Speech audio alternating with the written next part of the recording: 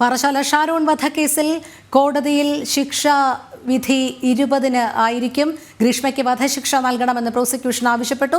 അപൂർവങ്ങളിൽ അപൂർവമായ കേസാണെന്നും പ്രോസിക്യൂഷൻ പറയുകയുണ്ടായി. എതിർഭാഗവും വാദമുഖങ്ങൾ ഉന്നയിച്ചു. എന്തായാലും ശിക്ഷാവിധി 20-നായിരിക്കുമെന്നാണ് അറിയാൻ കഴിയുന്നത്. ശാലിനിയിലേക്ക് പോകുന്നു. ശാലിനി, ഏറ്റവും പുതിയ വിവരങ്ങൾ. ഇന്ന് ബഹുമാനപ്പെട്ട കോടതി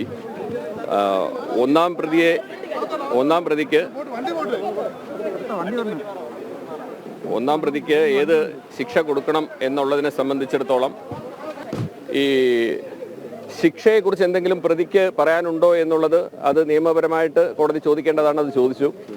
അപ്പോൾ ഗ്രീഷ്മ കോടതിയോട് പറയാനുണ്ട് എന്നുള്ള ഒരു കാര്യം അടുത്ത് ചെന്ന് പറഞ്ഞു. അതായത് MA ലിറ്ററേച്ചർ ഡിസ്റ്റിങ്ഷനോടുകൂടി പാസ്സായി എന്നും മുമ്പ് മറ്റ് ക്രിമിനൽ പശ്ചാത്തലമൊന്നും ഇല്ല എന്നും അതുപോലെ തന്നെ പാരൻസിന് ഒറ്റ മകളാണെന്നും അതുകൊണ്ട് മറ്റ് ശിക്ഷ വളരെ കുറഞ്ഞ അതായത് ഈ നിയമം അനുശാസിക്കുന്നതിൽ വെച്ച് ഏറ്റവും കുറഞ്ഞ ശിക്ഷ തരണം എന്ന് മാത്രമാണ് ഗ്രീഷ്മ പറഞ്ഞത്.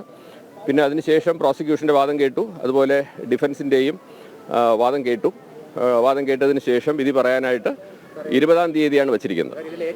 അതായത് ഇപ്പോൾ ഇത് ഒരു മർഡർ നടന്നു എന്നാണ് കോടതി കണ്ടെത്തിയിരിക്കുന്നത്. അപ്പോൾ അതുകൊണ്ട് അത് ഒരു ജസ്റ്റിഫയബിൾ മർഡർ ആയിട്ട് മാത്രമേ കരുതാവൂ. അതുകൊണ്ട് ഒരു കാരണവശാലും ക്യാപിറ്റൽ പണിഷ്മെൻറ്റ് കൊടുക്കരുത് എന്നാണ് പ്രതിഭാഗം വാദിച്ചത്. അതിൻ്റെ പ്രധാന കാരണം വീണ്ടും ഗ്രീഷ്മയ്ക്ക് ഒരു ചിന്തനമുണ്ടായിട്ട് ഒരു നന്നാവാനുള്ള ഒരു റിഫർമേഷന് വേണ്ടിയിട്ടുള്ള ഒരു അവസരം കൊടുക്കണമെന്നാണ് പ്രതിഭാഗം വാദിച്ചത്.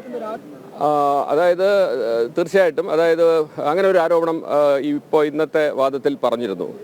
കാരണം അതിൽ അവരൊരുമിച്ച് കഴിഞ്ഞ സമയങ്ങളിൽ ചില ഫോട്ടോഗ്രാഫുകൾ എടുത്തിരുന്നു എന്നും ആ ഫോട്ടോഗ്രാഫുകൾ ഉപയോഗിച്ചിട്ട് ഏതെങ്കിലും രീതിയിൽ മിസ്യൂസ് ചെയ്യാൻ സാധ്യതയുണ്ട് എന്നുള്ള ഒരു കാരണത്തിൽ ആത്മഹത്യ അല്ലാതെ വേറൊരു മാർഗമില്ല എന്നൊരു സാഹചര്യത്തിൽ അതിന് ശ്രമിച്ചു എന്നും പിന്നെ കൂടാതെ ഷാരോണിനെ ഒഴിവാക്കേണ്ടുന്ന ഒരു ജസ്റ്റിഫയബിൾ മർഡർ എന്നുള്ള രീതിയിലാണ് പ്രതിഭാഗം ആരോപിച്ചത്. ബാക്കി നമുക്ക് ജസ്റ്റിഫയബിൾ മർഡർ എന്ന് പറയുമ്പോൾ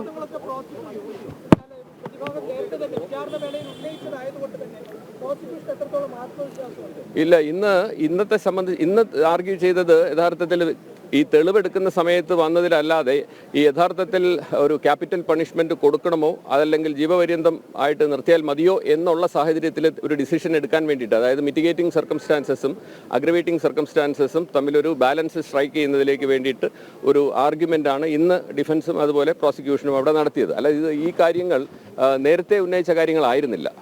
ഓക്കെ,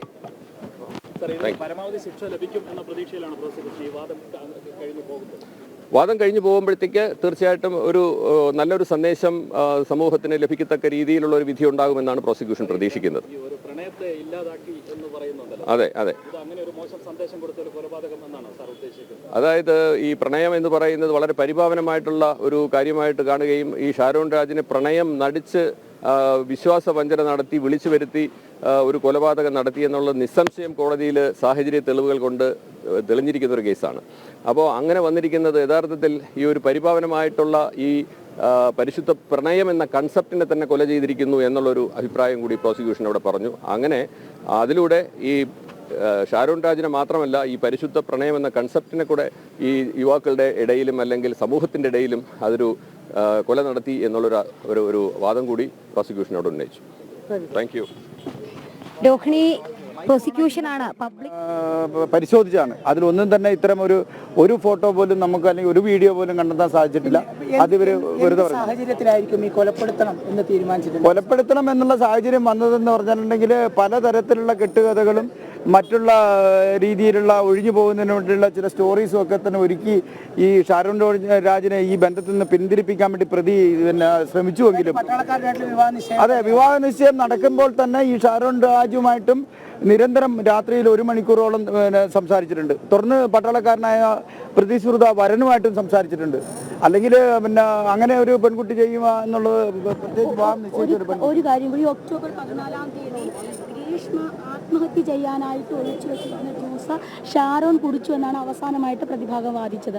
അങ്ങനെ എന്തെങ്കിലും ഈ അന്വേഷണ സമയത്ത് ഗ്രീഷ്മ സമ്മതം നടത്തിയിട്ടുണ്ടോ? അതായത് ഷാരോണിന്റെ നിരന്തരമായിട്ടുള്ള ഇത്തരം ഈ ബ്ലാക്ക് മെയിൽ കാരണം ഈ ഒഴിച്ചു വെച്ച ജ്യൂസ് ഷാരോൺ കുടിച്ചു എന്നാണ് പറയുന്നത്.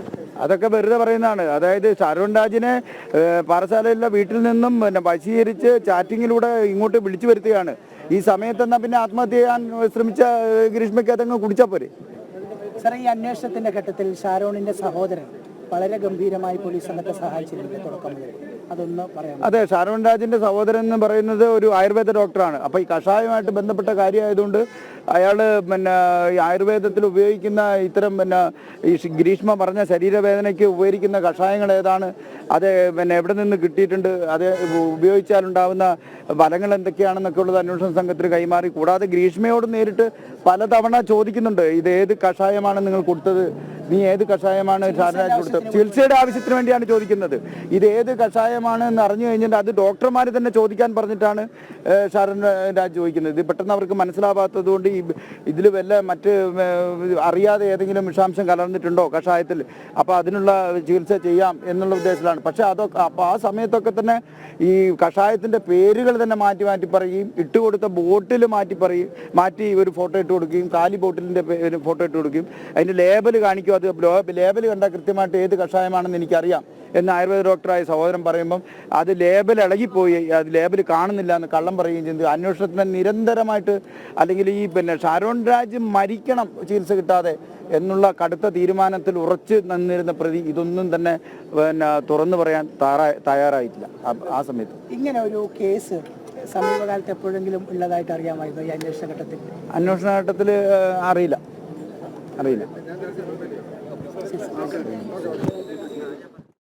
ഷാരോൺ വധക്കേസിലെ അന്തിമവാദം പൂർത്തിയായതിന് ശേഷം പബ്ലിക് പ്രോസിക്യൂട്ടറും അന്വേഷണ ഉദ്യോഗസ്ഥനും മാധ്യമങ്ങളോട് പ്രതികരിക്കുന്നതിൻ്റെ ദൃശ്യങ്ങളാണ് നമ്മൾ കണ്ടത്. ശാലിനിയിലേക്ക് പോവുകയാണ്. ശാലിനി, വാദം പൂർത്തിയായി പുറത്തു വന്ന പബ്ലിക് പ്രോസിക്യൂട്ടർ എന്തെല്ലാം കാര്യങ്ങളാണ് മാധ്യമങ്ങളോട് വിശദീകരിച്ചത്? രോഹിണി സൂചിപ്പിച്ചതുപോലെ അതിനിർണായകമായ ഒരു കേസ്, മനുഷ്യ മനസാക്ഷിയെ ഞെട്ടിച്ച കേസ്. ചെകുത്താന്റെ രീതിയിലാണ് ഗ്രീഷ്മ പ്രവർത്തിച്ചത് എന്നുള്ള കാര്യം പറഞ്ഞ പബ്ലിക് പ്രോസിക്യൂട്ടറാണ് അല്പസമയം മുമ്പ് പ്രോസിക്യൂഷന് വേണ്ടി ഹാജരായ അദ്ദേഹം മാധ്യമങ്ങളോട് സംസാരിച്ചത്. അദ്ദേഹം പറയുന്നത് പ്രണയത്തെയാണ് ഇല്ലാതാക്കിയത്, ഒരു തെറ്റായ സന്ദേശമാണ് ഗ്രീഷ്മ നൽകിയിട്ടുള്ളത്. അതുകൊണ്ട് തന്നെ താൻ പറഞ്ഞ നിലപാടുകളിൽ, താൻ പറഞ്ഞ വാദത്തിൽ ഉറച്ചു നിൽക്കുകയാണ്. കൃത്യമായ തെളിവുകളടക്കം കോടതിക്ക് മുൻപാകെയുണ്ട്. പല ഘട്ടങ്ങളിലും അന്വേഷണ ഉദ്യോഗസ്ഥർ സൂചിപ്പിച്ചതുപോലെ പല ഘട്ടങ്ങളിലും കേസ് അട്ടിമറിക്കാനും കേസ് വഴിതിരിച്ചു വിടാനും ഒക്കെ ഗ്രീഷ്മ ശ്രമം നടത്തിയിട്ടുണ്ട്. ഈ 11 ദിവസം ഷാരോൺ ആശുപത്രിയിൽ കിടക്കുമ്പോഴും മരണത്തോട് മല്ലിടുമ്പോഴും കരളും വൃക്കയും ഒക്കെ തകരാറിലായി അതെല്ലാം ദ്രവിച്ചില്ലാതായിക്കൊണ്ടിരിക്കുമ്പോഴും സഹോദരനടക്കമുള്ളവർ, കുടുംബാംഗങ്ങളടക്കമുള്ളവർ ഗ്രീഷ്മയോട് ആവശ്യപ്പെട്ടൊരു കാര്യം എന്നുള്ളത്, എന്താണ് നീ നൽകിയത്, അത് എന്ത് രീതിയിലുള്ള സാധനമാണ്, അതിന്റെ ലേബൽ എന്താണ്, അതിന്റെ പേരെന്താണ് എന്ന് ചോദിച്ചപ്പോൾ തനിക്കറിയില്ല, ചില വായുവിനൊക്കെ നൽകുന്ന ചില മരുന്ന്, അതിലെ കഷായം, അത് മാത്രമാണ് താൻ നൽകിയത് എന്നുള്ള വാദത്തിൽ ഉറച്ചു നിൽക്കുകയായിരുന്നു അന്നൊക്കെ ഗ്രീഷ്മ. പിന്നീടാണ് ഈ ലേബൽ അടക്കം ഇളക്കി മാറ്റിയ രീതിയിൽ ആ ഒരു കഷായത്തിന്റെ ബോട്ടിൽ റബ്ബർ തോട്ടത്തിൽ നിന്ന് പോലീസ് കണ്ടെടുക്കുന്നത്, അന്വേഷണ ഉദ്യോഗസ്ഥന്റെ കൺമുന്നിലേക്ക് അത് എത്തുന്നത്. അപ്പോഴേക്കും ഷാരോണിന്റെ മരണവും സംഭവിച്ചിട്ടുണ്ടായിരുന്നു. അത്തരത്തിൽ വലിയ രീതിയിലുള്ള ആരോപണങ്ങളും ആശങ്കകളും ഒക്കെ നിലനിൽക്കുന്ന സാഹചര്യത്തിൽ അതിനെയൊക്കെ വഴിതിരിച്ചു വിട്ട് ആ കേസിനെയൊക്കെ വഴിതിരിച്ചു വിടാനൊക്കെയുള്ള ശ്രമം ഈ ഷാരോണിന്റെ കേസുമായി ബന്ധപ്പെട്ട് ഖണ്ഡിക്കാൻ കഴിഞ്ഞു എന്നാണ് ഞാൻ വിശ്വസിക്കുന്നത്. ഇപ്പം പ്രോസിക്യൂഷന്റെ വാദങ്ങൾ അംഗീകരിച്ചുകൊണ്ട് കോടതിയിൽ നിന്നും പരമാവധി ശിക്ഷ തന്നെ വരുമെന്ന് പ്രതീക്ഷിക്കുന്നുണ്ടോ? അതിലേക്ക് വേണ്ടിയിട്ടാണ് ഞാൻ വാദിച്ചത്. അപ്പോൾ തീർച്ചയായിട്ടും ഒരു നീതിപൂർവമായിട്ടുള്ള ഒരു വിധി ഉണ്ടാകും എന്ന് ഞാൻ പൂർണ്ണമായും വിശ്വസിക്കുന്നു. ഇപ്പോൾ ഈ അവസാനമായിട്ട് ഗ്രീഷ്മയാണ് ഗ്രീഷ്മ ആത്മഹത്യയിലേക്ക് നയിക്കാനുള്ള സാഹചര്യം ഷാരോൺ അല്ലെങ്കിൽ ഷാരോണിന്റെ നിരന്തരമായിട്ടുള്ള മാനസിക പീഡന കാരണം ആത്മഹത്യയ്ക്ക് ഒരുങ്ങുമ്പോഴാണ് ഇത്തരത്തിൽ ഷാരോൺ വരികയും വിഷമെടുത്ത് കുടിക്കുകയും ചെയ്യുന്നത്. അപ്പോൾ അന്വേഷണത്തിന്റെ ഒരു ഘട്ടത്തിൽ പോലും ഇത് സമ്മതിച്ചില്ല. അപ്പോൾ ഇത് നിലനിൽക്കുമോ എന്നാണ്? ഇല്ല, അത് പുതിയതായിട്ട് ഉണ്ടായ, അതായത് ആരോപണം ഈ ആത്മഹത്യ ടെൻഡൻസി ഉണ്ടായിരുന്നു എന്നും ആത്മഹത്യ ചെയ്യാൻ വേണ്ടിയിട്ട് ഒരുക്കി വെച്ചിരുന്ന കഷായമാണോ എന്ന് ഈ വിസ്താരത്തിനിടയിൽ തീർച്ചയായിട്ടും പറഞ്ഞിരുന്നു ഡിഫൻസ്. പക്ഷേ ഇവിടെ ആർഗ്യൂ ചെയ്തത് അങ്ങനെ ആയിരുന്നില്ല. ഇവിടെ ആർഗ്യൂ ചെയ്തതെന്ന് പറഞ്ഞു കഴിഞ്ഞാൽ ഇതൊരു ജസ്റ്റിഫയബിൾ മർഡർ ആയിരുന്നു എന്നാണ് ഇവിടെ വന്നത്. നേരത്തെ ഒരു ആത്മഹത്യ നടത്താൻ വേണ്ടിയിട്ട് ആയിരുന്നു എന്നുണ്ടെങ്കിൽ ഇവിടെ ഇവർ ജസ്റ്റിഫയബിൾ മർഡർ ആണ്, അത് കാരണം ഒരു വധശിക്ഷ കൊടുക്കരുത് എന്നാണ് പ്രതിഭാഗം വാദിച്ചത്. ക്യാപിറ്റൽ പണിഷ്മെന്റ് നൽകരുത് എന്ന് മാത്രമാണോ ഇന്നത്തെ വാദം ഉണ്ടായിരുന്നത്? തീർച്ചയായിട്ടും പ്രതിഭാഗത്തിന്റെ അവിടെ നിന്ന് റിഫർമേഷൻ ഉണ്ടാവാനുള്ള ഒരു സാധ്യത, മാനസാന്തരം ഉണ്ടാകാനുള്ള സാധ്യതയുണ്ട്. പിന്നെ അത്രയധികം ഒരു ക്വാളിഫൈഡ് ആയിട്ടുള്ള ഒരു പെൺകുട്ടിയാണ്. അതുകൊണ്ട് എത്രയും വേഗം തന്നെ ഒരു മാനസാന്തരം ഉണ്ടാകത്തക്ക രീതിയിലുള്ള ശിക്ഷ മാത്രമേ വിധിക്കാവൂ എന്നാണ് പ്രതിഭാഗം വാദിച്ചത്.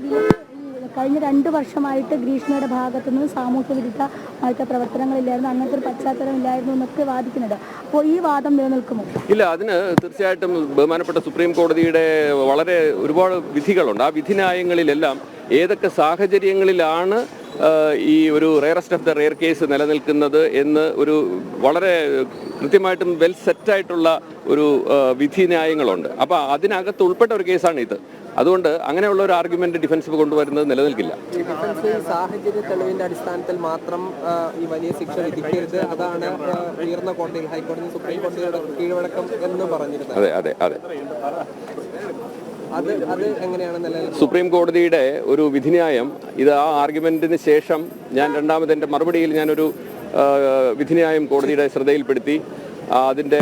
അതനുസരിച്ച് സർക്കംസ്റ്റാൻഷ്യൽ എവിഡൻസ്, അതായത് ഇപ്പോൾ സാഹചര്യ തെളിവുകൾ കൊണ്ട് മാത്രം തന്നെ അത് വളരെ സുനിശ്ചിതമായിട്ടുള്ള തെളിവുകളാണ് എങ്കിൽ അത് ഒരു മിറ്റിഗേറ്റിംഗ് സർക്കംസ്റ്റാൻസസ് അല്ലെങ്കിൽ ഒരു അഗ്രവേറ്റിംഗ് സർക്കംസ്റ്റാൻസസുമായിട്ട് താരതമ്യം ചെയ്തിട്ട് തീരുമാനിക്കേണ്ടി വരുന്ന സമയത്ത് വളരെ കൃത്യമായിട്ടുള്ള തെളിവ്, സാഹചര്യ തെളിവുണ്ടെങ്കിൽ അത് വച്ച് വധശിക്ഷ വിധിക്കുന്നതിന് യാതൊരുവിധ തടസ്സവും ഇല്ല എന്ന് മാത്രമല്ല, അങ്ങനെ നിലനിൽക്കില്ല എന്ന് പറയുന്ന വാദം ഒരിക്കലും നിലനിൽക്കില്ല എന്നും കൂടെ സുപ്രീം കോടതി പറഞ്ഞു. ആ ഒരു റൂളിംഗും കൂടെ ഞാൻ സബ്മിറ്റ് ചെയ്തിട്ടുണ്ട്. ഈ ചെകുത്താന്റെ മനസ്സാണ് ഗ്രീഷ്മയ്ക്ക് എന്ന് പലതവണ പറയുകയുണ്ടായി. അങ്ങനെ പറയാനുള്ള ഒരു കാരണം എന്തായിരുന്നു? അല്ലെങ്കിൽ ഈ ഒരു ഡയബോളിക്കായിട്ടുള്ളൊരു കൃത്യം സാധാരണ ഒരു മനുഷ്യന് ചെയ്യാൻ കഴിയില്ല.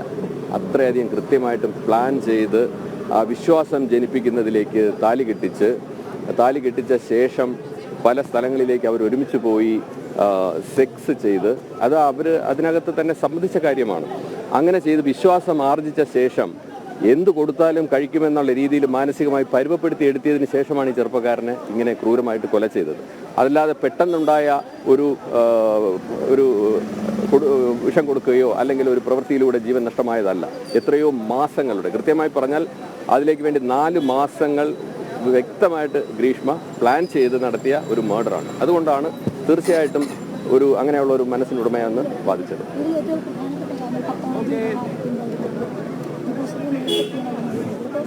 ഈ കേസിന് ഏറ്റവും കൂടുതൽ സ്ട്രോങ് ആക്കുന്നത് പാത്തോളജി വിഭാഗത്തിൻ്റെ ആ ഒരു വെളിപ്പെടുത്തലാണ്. അതായത് പാരാക്യൂട്ട് ട്രൈക്ലോറൈഡ് എന്ന് പറഞ്ഞ ഒരു രാസലായിനി കലർത്തിയാണ് കൊലപ്പെടുത്തിയത്. അത് അത്രയും സ്ട്രോങ്ങസ്റ്റ് ആണ്. തീർച്ചയായിട്ടും അത് ഈ പത്തോളജിസ്റ്റ് മാത്രമല്ല, ഷാരോണിനെ ചികിത്സിച്ച, അതായത് 14-ാം തീയതി ചികിത്സിച്ച ഡോക്ടർ മുതൽ പോസ്റ്റ്മോർട്ടം ചെയ്ത ഡോക്ടറും അതുപോലെ ഡോക്ടർ വി പിള്ള, ഒരു ലോകത്തെ തന്നെ ഏറ്റവും അറിയപ്പെടുന്ന ടോക്സിക്കോളജിസ്റ്റാണ്.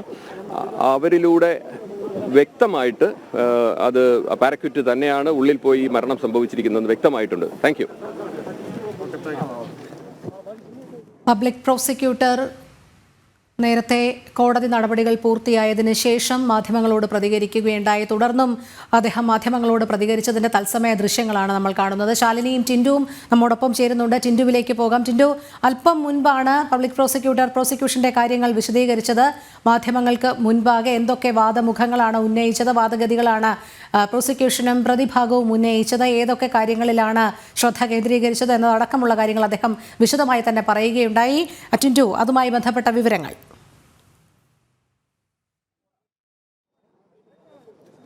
രോഹിണി, അല്പസമയം മുമ്പാണ് പ്രതിഭാഗത്തിന്റെ വാദിഭാഗത്തിന്റെ ഭാഗം കോടതി കേട്ടത്. ഇപ്പോൾ പ്രോസിക്യൂഷൻ അഭിഭാഷകനാണ് നമ്മളോട് മാധ്യമങ്ങളോട് അല്പസമയത്തിന് മുമ്പ് സംസാരിച്ചത്. അദ്ദേഹം പല തവണയായിട്ട് ഈ വിചാരണ അല്ലെങ്കിൽ കോടതി നടപടി നടക്കുമ്പോൾ പല തവണയായിട്ട് അദ്ദേഹം ആവർത്തിച്ചത് ഇങ്ങനെ തന്നെയായിരുന്നു. ഈ അസാധാരണയിലും അസാധാരണമായിട്ടുള്ള കേസാണിത്. ഒരു ചെകുത്താന്റെ മനസ്സുള്ള ഒരു വ്യക്തിക്ക് മാത്രമേ ഇത്രയും ക്രൂരമായി നിരന്തരമായിട്ടുള്ള രീതിയിൽ ഒരു കൊലപാതകം ചെയ്യാൻ സാധിക്കുകയുള്ളൂ എന്നാണ് അദ്ദേഹം കോടതിയിൽ വാദിച്ചത്. പല പ്രധാനപ്പെട്ട കേസുകളും എടുത്ത് ഉദ്ധരിച്ചുകൊണ്ടാണ് വാദം തുടർന്നത്. പരമാവധി ശിക്ഷ ഗ്രീഷ്മയ്ക്ക് നൽകണമെന്ന് തന്നെയാണ് അദ്ദേഹം കോടതിയിൽ വാദിച്ചത്. ഈ കൃത്യം നടക്കുന്ന സമയത്ത് അദ്ദേഹം ഇപ്പോൾ മാധ്യമങ്ങളോട് അല്പസമയം മുമ്പ് പറഞ്ഞതേ ഉള്ളൂ, ഈ ലൈംഗിക ചുവയുള്ള ചാറ്റുകൾ നടത്തി ഷാരോണിനെ ഈ ഒക്ടോബർ മാസം 14-ാം തീയതി വീട്ടിലേക്ക് വിളിച്ചു വരുത്തുകയായിരുന്നു. അതിനുശേഷമായിരുന്നു ഇത്തരത്തിലൊരു കെമിക്കൽ, അതിലേക്ക് രാസ കളനാശിനി കലർത്തിയ ഒരു ജ്യൂസ് ഷാരോണിന് നൽകുന്നത്. ഷാരോൺ അത് കുടിച്ചതിനു ശേഷം അവശനാകുകയും തുടർന്ന് സ്വകാര്യ ആശുപത്രിയിലും അവിടുന്ന് ആന്തരിക അവയവങ്ങളെല്ലാം ദ്രവിച്ചതിനു ശേഷം മെഡിക്കൽ കോളേജ് ആശുപത്രിയിലേക്ക് പോകുന്നത്. ഏറ്റവും പ്രധാനപ്പെട്ട ഒരു സ്ട്രോങ്ങസ്റ്റ് ആയിട്ടുള്ള ഒരു മൊഴി എന്ന് പറയുന്നത് പാത്തോളജി വിഭാഗം ഡോക്ടറുടേതാണ്, അല്ലെങ്കിൽ പാത്തോളജി വിഭാഗം മേധാവിയുടേതാണ്. അദ്ദേഹം നേരിട്ടെത്തി ജുഡീഷ്യറിയുടെ മുന്നാകെ നേരിട്ടാണ് അദ്ദേഹം മൊഴി നൽകിയത്. ആ മൊഴിയിൽ ഇങ്ങനെയാണ് പറയുന്നത്: ഒരു മനുഷ്യ ശരീരത്തിനുള്ളിൽ ഒരിക്കലും പ്രവേശിക്കാൻ പാടില്ലാത്ത രാസലായനി, അതായത് പാരാക്യൂട്ടിൽ ഡൈക്ലോറൈഡ് എന്ന രാസലായനിയാണ് ഷാരോണിന്റെ ഉള്ളിലേക്ക് പോയിട്ടുള്ളത്. നാവ് മുതൽ ജനനേന്ദ്രിയം വരെയുള്ള, അതായത് മൂത്രനാളി വരെയുള്ള എല്ലാ ഭാഗങ്ങളും ദ്രവിച്ചുകൊണ്ടാണ് ശരീരത്തിനുള്ളിലൂടെ കടന്നു വരുമ്പോൾ അത്രയും പൈശാചികമായും ക്രൂരമായ രീതിയിലും ഒരു യുവാവിനെ കൊല്ലുക എന്ന ലക്ഷ്യത്തോടു കൂടി കൃത്യം നടപ്പിലാക്കുന്ന രീതിയാണ് ഗ്രീഷ്മയുടെ ഭാഗത്തു നിന്നുണ്ടായത്. ഗ്രീഷ്മ ആദ്യം തന്നെ കോടതി നടപടികൾ ആരംഭിക്കുമ്പോൾ ഗ്രീഷ്മയുടെ കേസ് വിളിച്ചിരുന്നു. അതിനുശേഷം ഗ്രീഷ്മ തന്റെ MA സർട്ടിഫിക്കറ്റ് കോടതിക്ക് മുമ്പാകെ ഹാജരാക്കിയതിനു ശേഷം കോടതിയിൽ ഇങ്ങനെ അവകാശപ്പെടുന്നു: താൻ അച്ഛനും അമ്മയ്ക്കും ഏക മകളാണ്, അക്കാഡമിക്കലി ബ്രില്യൻ ബാക്ക്ഗ്രൗണ്ട് ഉള്ള ആളാണ്, അതുകൊണ്ട് തന്നെ തനിക്ക് തുടർ പഠനം സാധ്യമാക്കണം, അതിനുവേണ്ടി തന്റെ ശിക്ഷയ്ക്ക് ഇളവ് നൽകണമെന്നാണ് ഗ്രീഷ്മ കോടതിയെ രേഖാമൂലം അറിയിക്കുകയും കോടതിയോട് സംസാരിക്കുകയും ചെയ്യുന്നത്. അതിനുശേഷമാണ് പ്രോസിക്യൂഷൻ വാദം തുടങ്ങുന്നത്.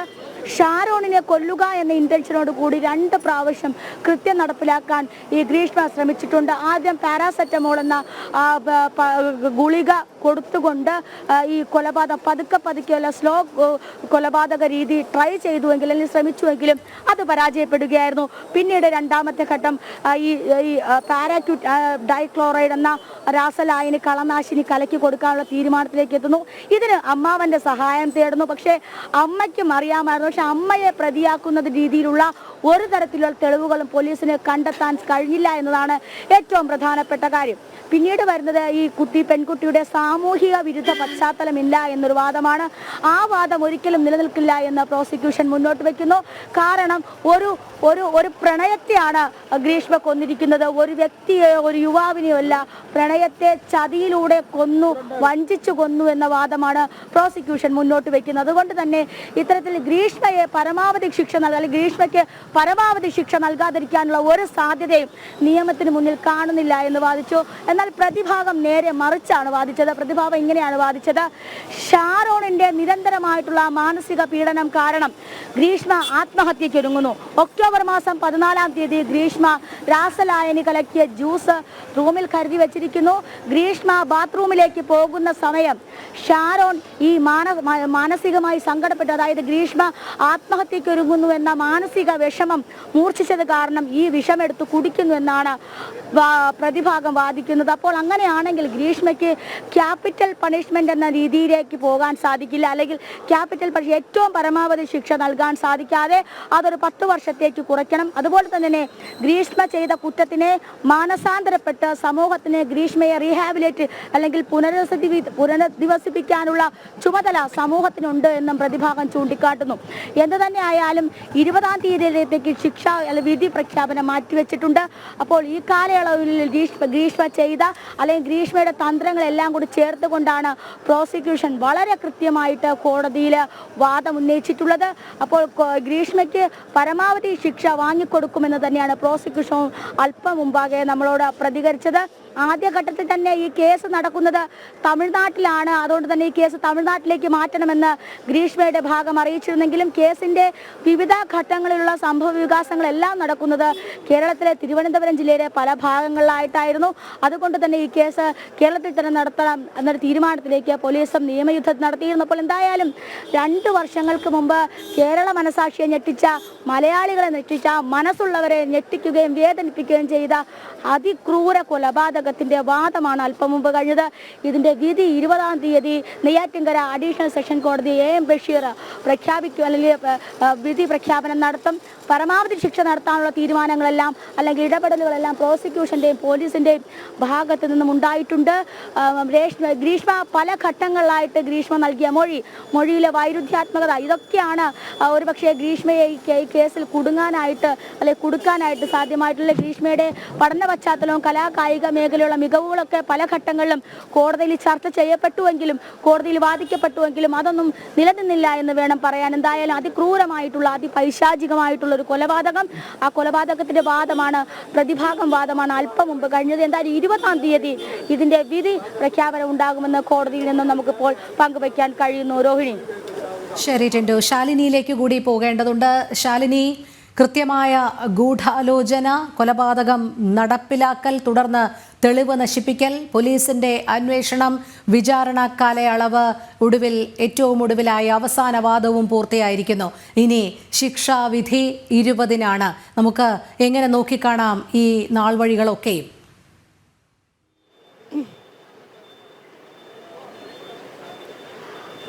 രോഹിണി സൂചിപ്പിച്ചതുപോലെ തന്നെ അപൂർവങ്ങളിൽ അപൂർവമായ ഒരു കേസിന്റെ വിധി പ്രസ്താവമാണ് ഇപ്പോൾ, അല്ലെങ്കിൽ ശിക്ഷാവിധി പ്രസ്താവമാണ് ഈ മാസം 20-ാം തീയതിയിലേക്ക് മാറ്റിയിട്ടുള്ളത്.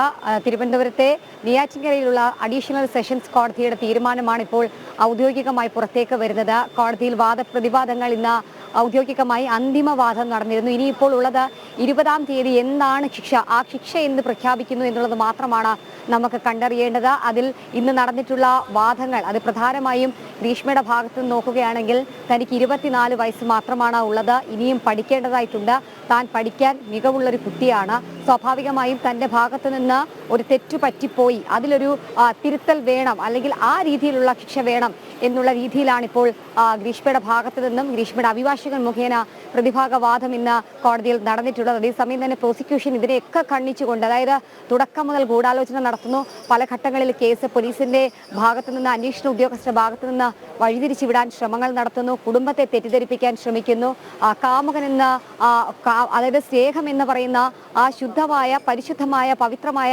ബന്ധത്തെ ഇല്ലാതാക്കാൻ ശ്രമിച്ചു. അതായത് സ്നേഹത്തെ തന്നെയാണ് ഗ്രീഷ്മ ഇല്ലാതാക്കിയത്, കൊല ചെയ്യപ്പെടുത്തിയത് എന്നുള്ളതാണ് അന്വേഷണ ഉദ്യോഗസ്ഥനും ഒപ്പം തന്നെ പ്രോസിക്യൂഷനും ഒക്കെ കോടതിയിലും കോടതിക്ക് പുറത്തുമൊക്കെ അറിയിച്ചിട്ടുള്ളത്. അതായത് ഒരു ചെകുത്താന്റെ മനസ്സോടുകൂടി ഗ്രീഷ്മ പ്രവർത്തിച്ചു, മനുഷ്യരൊന്നും ചിന്തിക്കാത്ത രീതിയിലൂടെ ചിന്തിച്ചു. വിദ്യാസമ്പന്നയായ യുവതി ആ വിദ്യാസമ്പന്നത വെച്ചുകൊണ്ട് തന്നെ വലിയ രീതിയിലുള്ള ശ്രമങ്ങൾ നടത്തി, ഗൂഗിളിലും യൂട്യൂബിലും ഒക്കെ നോക്കി ഏതൊക്കെ രീതിയിൽ ഇത്തരത്തിലുള്ള ശ്രമങ്ങൾ നടത്താമെന്നുള്ള നിരീക്ഷണങ്ങളും നിരീക്ഷണ പാഠവും നടത്തി. അതിനുശേഷമാണ് പല ഘട്ടങ്ങളായി ഏകദേശം മാസങ്ങളോളം നീണ്ടുനിന്ന ഒരു ശ്രമം അത് വിവിധ ഘട്ടങ്ങളായി ഗ്രീഷ്മ നടപ്പിലാക്കുകയും ചെയ്തത്.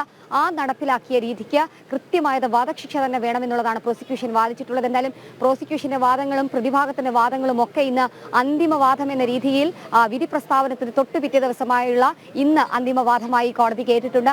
ഈ കേട്ടതിനെയൊക്കെ കേന്ദ്രീകരിച്ചും ഒപ്പം തന്നെ അതിനെയൊക്കെ പരിശോധിച്ച ശേഷമായിരിക്കും ഒരു അന്തിമ വിധി പ്രസ്താവം. ശാലിനി പറഞ്ഞതുപോലെ തന്നെയാണ്. എന്തായാലും അന്തിമവാദം പൂർത്തിയായിരിക്കുന്നു. തിങ്കളാഴ്ചയാണ് വിധി പ്രസ്താവം, ശിക്ഷാവിധി പ്രസ്താവം ഉണ്ടാകുക. ശാലിനിയും ടിൻഡു ദാസുമാണ് വിവരങ്ങൾ നൽകിയത്.